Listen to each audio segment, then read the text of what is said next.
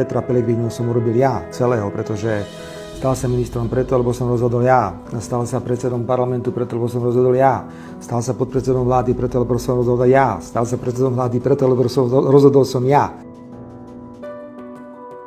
A názor nemením. Ja osobne ako osoba si neviem predstaviť sedieť vo vláde, kde by súčasťou vlády bol Robert Fico ako osoba a že by my dvaja sme takto sedeli za stolom a spolu každú stredu riadili vládu. To ja osobne si predstaviť neviem. Môže to byť. Ja nebudem žiadny podržtaška, ani nebudeme my niekomu len akoby výťahom k moci, aby si tú krajinu mohol zase zobrať do rúk a robiť si tu, čo chce. Presvedčíte Hlas? Hlas? Jasné.